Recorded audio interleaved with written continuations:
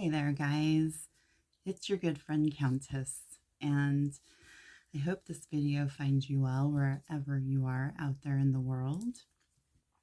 This morning, I woke up with the feeling in my gut to sit down at the table today. I've been reading and learning a little bit more about the relationship between Sharon Tate and her then husband Roman Polanski. And I've always found it to be an interesting sort of relationship because Roman Polanski is like known to be a philanderer and now a lover of underage girls. And that's why he fled the US after being accused. He didn't want to stand trial, so he cowered out and went to Europe in hiding. But he's still allowed to make, movies. He's revered by Hollywood still.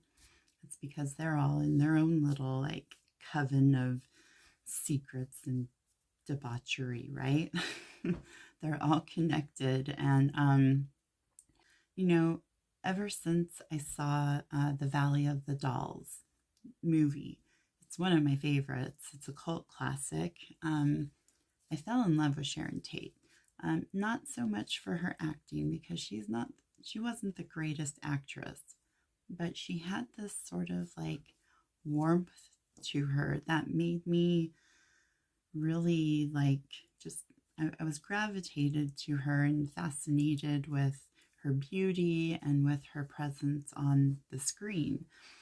And so why would a beautiful young Hollywood actress get sucked up with a degenerate lowlife like Polanski? Well, Polanski was a film director, right? So that's where they met. It was on when she was in his movie, The Vampire Killers.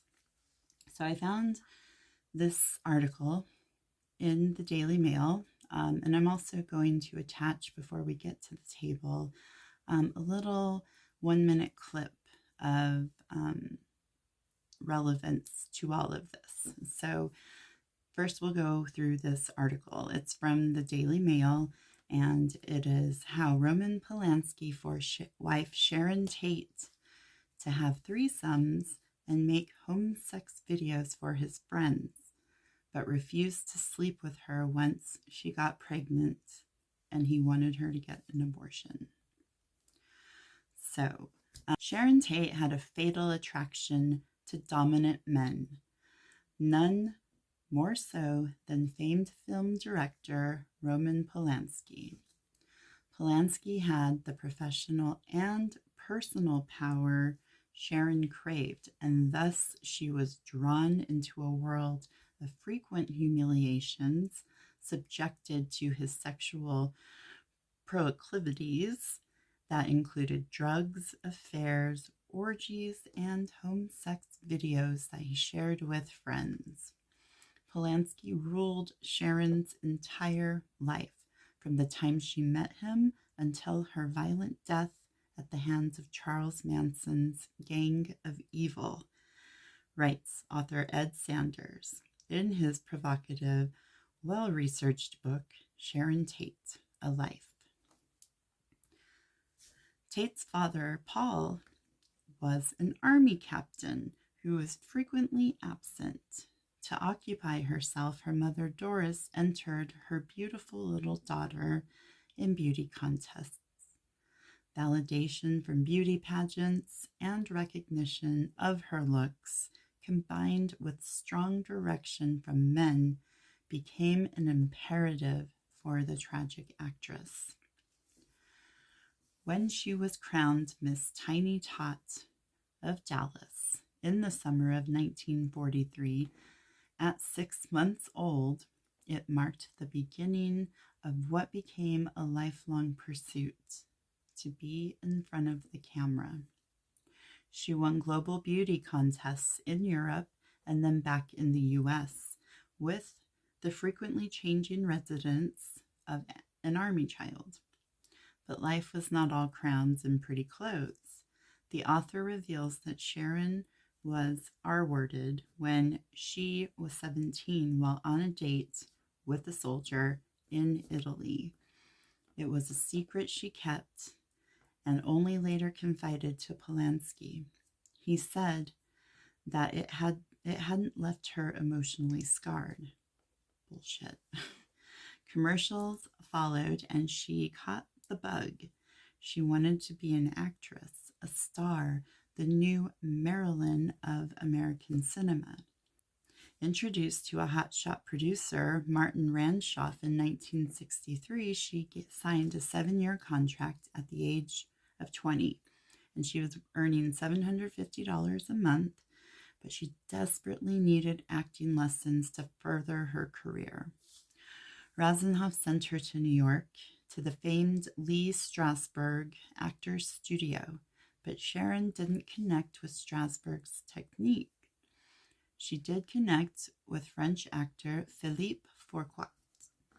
Their love affair progressed to a marriage proposal and the engagement, along with rumors of beatings and claims by Fourquet that Sharon cut him in the chest with a broken wine bottle. Ranshoff demanded that his starlet terminate the relationship or he would dissolve her Filmways contract. Tate quit Fourquet, but not her fatal attraction to dominant men. And I apologize for mispronouncing the French name. Yeah, horrible at pronunciations. She hooked up with actor Steve McQueen, became engaged to Jay Sebring, a kinky dungeon-loving hairdresser to the stars, and then began her last love affair with the uber-dominant director Roman Polanski. The couple initially connected when they were living around the corner from each other in London. Tate was engaged to Sebring at the time, but after sharing a cube of acid with Polanski and making love at dawn, the engagement became past tense, and Polanski and Tate moved in together around Easter of 1966. Sharon got the starring role in front of the camera, but it was in Polanski's home sex videos he shared with friends. Polanski filmed orgies at their house and showed the video at parties, later reported to be sadomasochistic porno movies with many recognizable Hollywood faces. He trolled Sunset Boulevard and its clubs for girls he brought home for threesomes. What a catch, right? Sharon was totally intimidated by him, and when she was out in public with Roman, she never felt adequate enough to open her mouth, writes the author. She could only talk to him alone.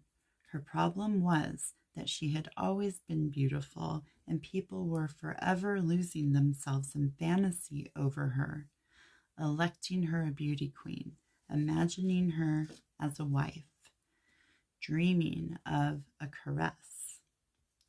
Most people had fantasies, but a few people, like Polanski, took charge. He told her how to dress. He told her what makeup he liked, what he didn't like. He preferred her with nothing, no makeup, but he ruled her entire life from the time she met him. Tate's friend Joanna Pettit told the author. Ranshoff urged Polanski to test Sharon for a role in The Fearless Vampire Killers, a period comedy he was making in London. She got the role, but Polanski confessed that he sometimes required as many as 70 takes for the inexperienced actress to get her part right. Sharon's first big film role came in 1965 in The Eye of the Devil, a movie about human sacrifice. She got the role after Kim Novak fell from a horse, and the film had to be reshot without Novak. Filmed in London, English magician Alex Sanders, known as King of the Witches, was hired as technical advisor. Sanders later claimed that he befriended Tate on the set and initiated her into witchcraft. He said he had photos showing her inside a consecrated magic circle. Sharon realized that she wasn't going to get a big film role in a big movie playing at the time, like The Sound of Music or Tarzan, and The Valley of Gold. Her acting wasn't good enough. I don't fool myself. I don't see myself doing Shakespeare, she said. She wanted to play light comedic roles and confessed in an interview to being influenced by Faye Dunaway and Catherine Deneuve. I'd like to be an American Catherine Deneuve. She plays beautiful, sensitive, deep parts with a little bit of intelligence behind them. Sharon rented a house in Los Angeles and continued trying for bigger film roles while getting panned by critics for the 2 films she had made. Polanski stayed in Europe filming and revealed that his wife acquired her first vibrator at that time, says the author. Back in each other's arms, Sharon introduced Roman to the America she knew: junk food, drive-ins, popcorn, and the California coast at Big Sur and Topanga Canyon, where friends of hers lived. It was 1967, the summer of love and Woodstock and the rise of the hippie phenomenon. Sex and drugs topped the charts as a quick trip to finding oneself and communicating with others. It was that fall when a converted school bus painted black rolled into Topanga Canyon with the words Hollywood Productions written on the side. Its occupants were a roaming group of followers of Charles Manson himself. He was himself desperately seeking fame for his music. The motley crew moved into a secluded house called the Spiral Staircase at the mouth of Topanga Canyon, near the Pacific Coast Highway. Meanwhile, Tate had a starring role in the cult classic Valley of the Dolls and attended the premiere of the film that took place on a docked cruise liner in November in Venice, Italy. Tate stayed on board for the 28-day journey that ended in Los Angeles and arrived home to bad reviews, calling her a no-talent showgirl. She took a mini vacation with girlfriends to a spa in Big Sur up the coast, while Polanski returned to Los Angeles and invited a young Balinese model to his rented beachfront mansion in Santa Monica for a night of lovemaking.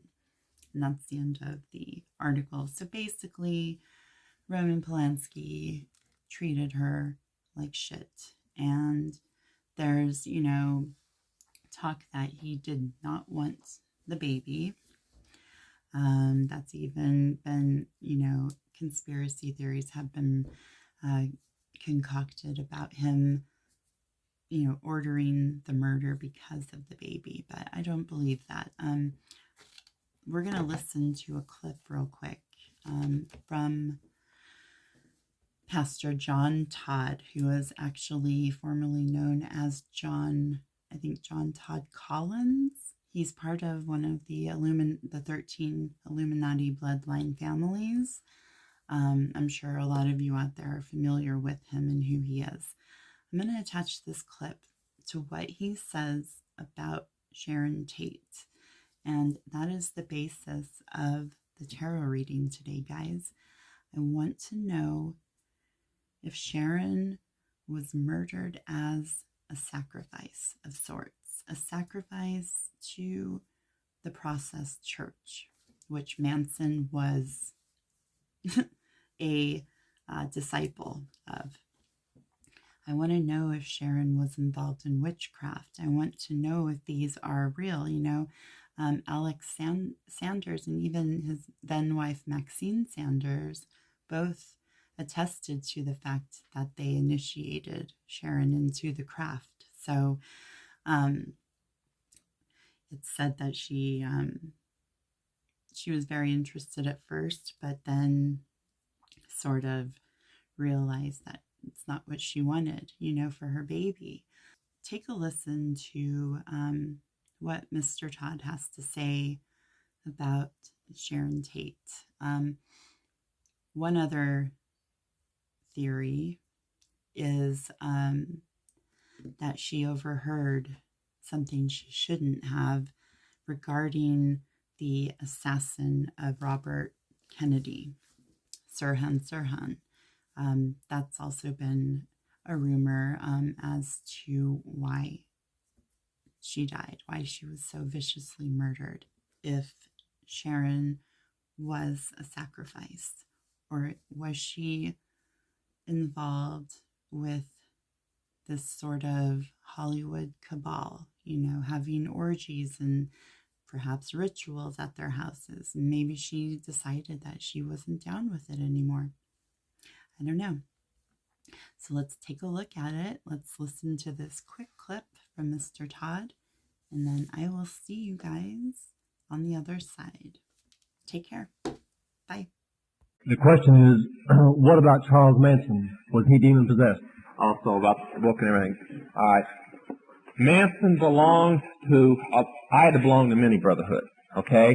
Manson, the brotherhood that he belonged to is called the Process. The only brotherhood I worry about. They are so radical that in order to kill me, they would gladly give their own life up right in a meeting. They were run out of England for human sacrifice. They have the inner and the outer process. The outer process is a good group. They have free coffee houses, free clothing, free places to live, and so on. The inner practice human sacrifice. They teach four-God system. Yahweh as the evil God, Lucifer as the good God, Jesus as one being punished because he spoke against Satan, and Satan as the earthly God. And they wear a cross, big silver cross, with a serpent engraved on the cross, showing that Satan and Christ are one through the cross. They were rolled up. They were a contract. He was paid to do it. Tate was breaking away. Her husband knew about it. Her husband went over to establish an alibi in Europe. The money came down. $50,000 came down from Toronto to New Orleans, and poor Manson only got $2,000 of it by the time it went through all the sticky fingers. But that's what the Tate killings were about. The others just happened to be there. She wanted out, and you don't get out unless you come through Christ. And she didn't think about trying out. And her mistake was she warned him in advance. She was arguing with her husband. She was having a baby, and she didn't want the baby raised up in it, and she wanted out. And if you remember the trial script from the book, that's the one thing she begged. She says, she kept repeating over and over, don't kill me, don't kill my baby. Her baby was what she cared about. And that's the information that I have on it.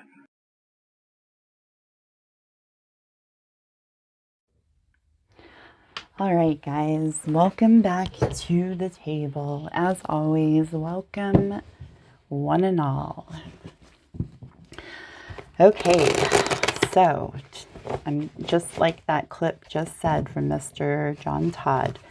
I want to know, was Sharon Tate a sacrifice? Did she know too much? Did she want out of the craft? Because both Maxine and Alex Sanders both attested to the fact that they initiated her into the craft. So there's no denial that she was into the craft. Now, I don't know if that is the Wicca craft or if it is I don't know if it's the right hand or the left hand path that she was initiated into, but kind of seems to me like Roman and friends belong to the left hand. So, I want to know, cards, was it because she was pregnant? Was it because, she wanted out of the craft that she got murdered? Or did she know too much? There's also rumors that she overheard something regarding Sirhan, the guy that assassinated Robert Kennedy. So there's just multiple different sort of motives that we could think about, but I'm really just concerned. I want to know if she was part of the craft, mostly. So let's see what the cards have to say.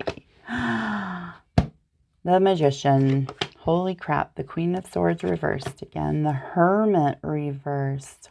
Oh, the Nine of Wands reversed. Okay. Oh, I think we just got our answer in this first row. Wow.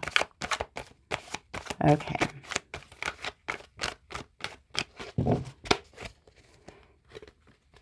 Okay. The Chariot. The King of Swords under the Queen of Swords, and they're both in reverse. The Three of Cups reversed. Ah, the Fool. The Fool reversed, you guys. Oh, man. Whoa. This is quite the spread. Quite. I just think it's pretty interesting that we started with the Magician. Wow. Okay. So yeah, starting with the Magician. Obviously, he is number 1 in the tarot deck. He is the manifestor. He is the resourceful one. You can make any of your desires or dreams a reality when the Magician comes up in the spread. It's showing potential. It's showing energy, creativity, just lots of good, positive stuff when he is upright. However, the Queen of Swords next to him in reverse, again, is showing a woman who's letting her emotions cloud her better judgment. She can be emotionally needy. She can be a little cray-cray here and there. Just she doesn't think before she acts. So perhaps we'll see how that ties back into the potential, because there are some conflicting cards here. The Hermit in reverse is signaling isolation, like real loneliness and like unwanted isolation. That, or you've been spending too much time in isolation, that it's time to go forth in the world. Next to the Nine of Wands in reverse, and these two are very contradictory in terms. This one in reverse is showing that you're struggling to reach your goals. You're struggling to meet your potential, your manifestations.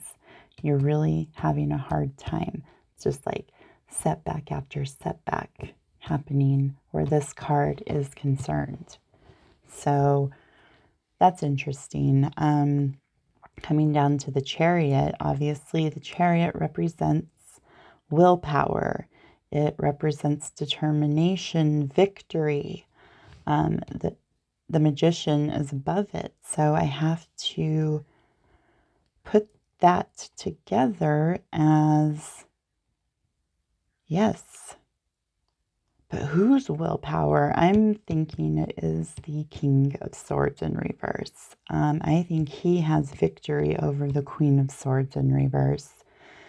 Because the King of Swords in reverse is the quiet power, right? We've had him in the past. He's somebody who abuses his position of power. He manipulates. He suffocates. He gaslights. He just is not good. And I find it very interesting that they're paired together here. Very, very interesting. You know, I have to think this row as Sharon. I do see the Magician coming up as a like literal validation that she was in the craft. She was initiated into the craft. She was also lonely and isolated and kept having setbacks in her life. And just when she thinks that, victory has come and that she's going to move forward, the King of Swords comes to let her know that, she's nothing without him, basically. Three of Cups in reverse goes perfectly with the Hermit in reverse. This is showing like you're feeling like there's too many people involved right now. You're staying away from partaking in celebrations and sort of partnerships. That ties into the Hermit reversed with his, unwanted isolation. This one, though, in reverse is more of a choice. But I'm seeing it as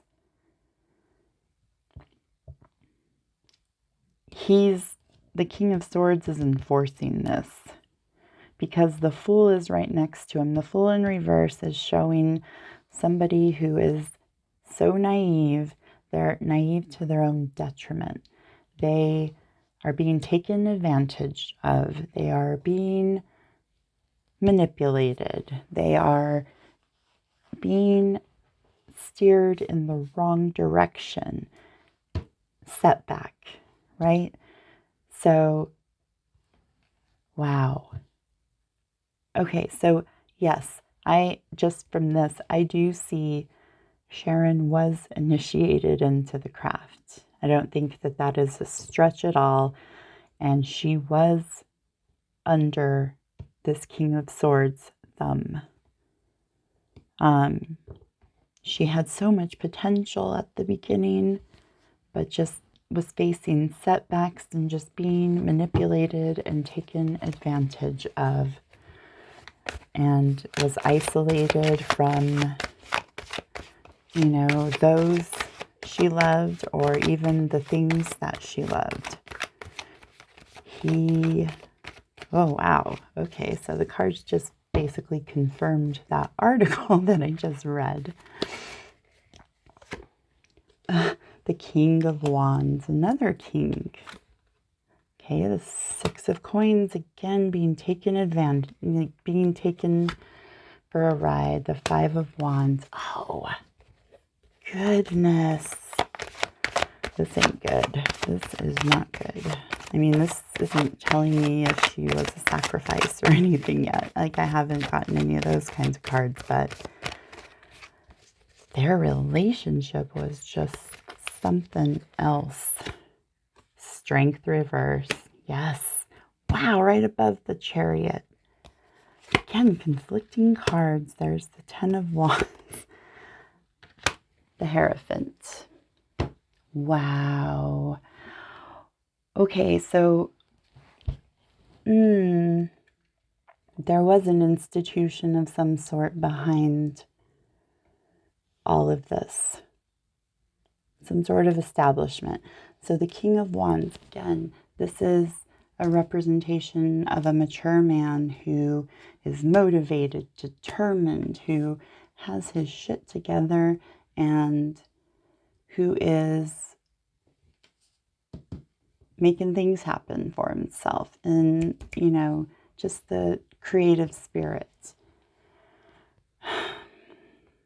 But I think even if we don't consider the archetype of him, it's just somebody who was determined, somebody who was full of life.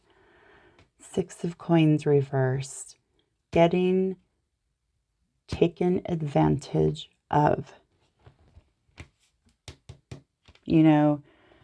The Six of Coins in reverse is showing that the balance of give and take is totally off balance.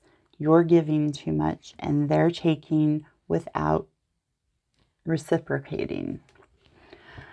So, and then the Five of Wands, again, is just like the fighting for your life, basically, like just in constant battle to defend yourself against other people, to defend yourself against, I would say, this guy. Paired with strength in reverse. Under this is the willpower card, guys. Willpower, yes, in the Chariot, but looks to me like she lost her strength. She lost that spark in her. Totally lost it. Has no self-esteem, no inner strength. And the 10 of Wands, this has become a major burden for her. Major, major burden, especially with the 6 of Coins reversed above. Being taken advantage of.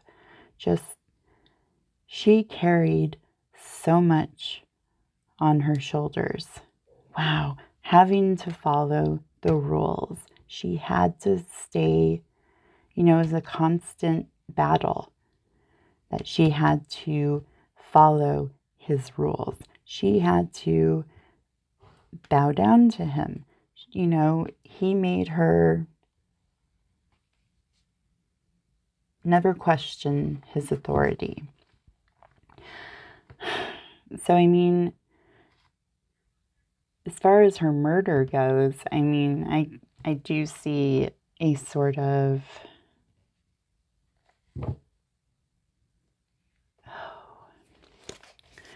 I don't know if that's necessarily an establishment. I think I'd have to do a separate reading on her murder. This is more about their relationship and her being in the craft. This is about him and how he took advantage of her, how he just shat all over her, basically. Ugh, death. The 10 of Swords. Holy shit. These are awful, awful cards. Oh,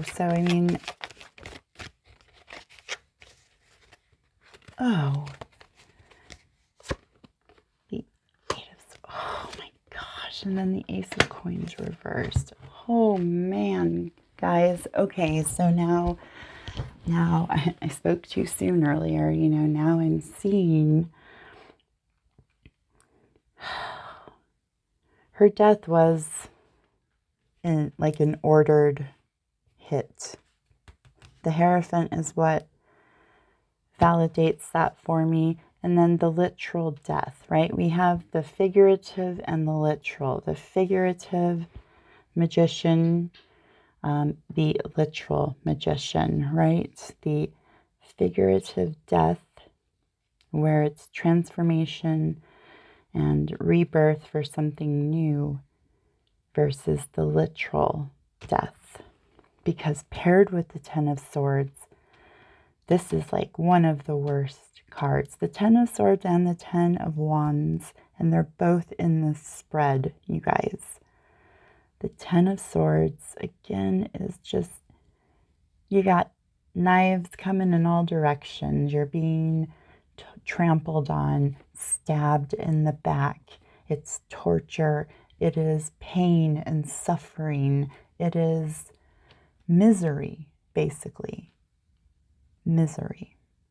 And, I could even see that as a murderous type card, If you look at the Rider-Waite-Smith tarot card, it shows the guy laying down on the ground with all of the swords in his back. He's defeated. Wow.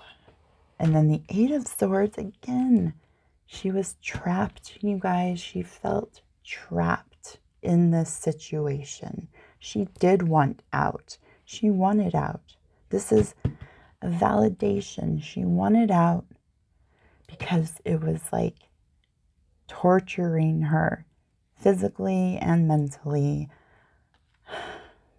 She was transforming into something that she didn't like. And this left her very uncertain and very insecure. But yes, there was an establishment of sorts behind her death. She was involved in the craft. Oh boy, oh boy, oh boy.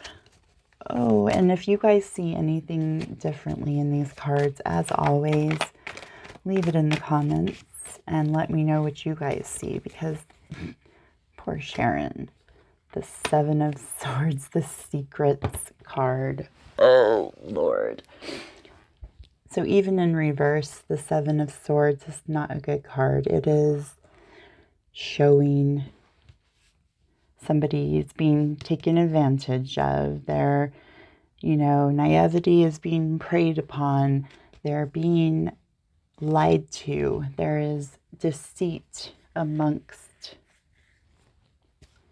the relationship. Just like that quote at the end of the clip, right? Roman and I have a great relationship. Roman lies to me and I believe him. Something like that. They were not happy at all, guys. And yes, her murder was a sort of arranged hit. She was involved in the craft.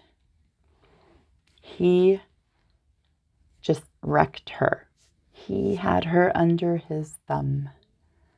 No doubt about it. Wow. Okay, guys, that is what I have. I think we got answers and validated from that article that we read.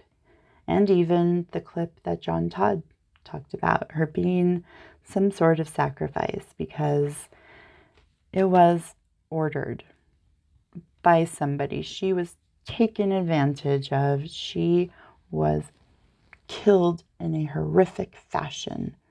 Oh, just these alone, guys, these two cards next to each other. Oh, that just screams murder to me. Entrapment, and then secrets and lies. Wow. Okay, I'm done here. As always, you guys, let me know what you think about this spread. Let me know if you have any other questions. If you guys have any suggestions on tarot readings for me, please, I'm all ears. This was crazy. Again, another validation from the deck. Wow. All right, guys, that is it for me. So until next time, I will see you later. Have a great week. Take care. Bye, guys.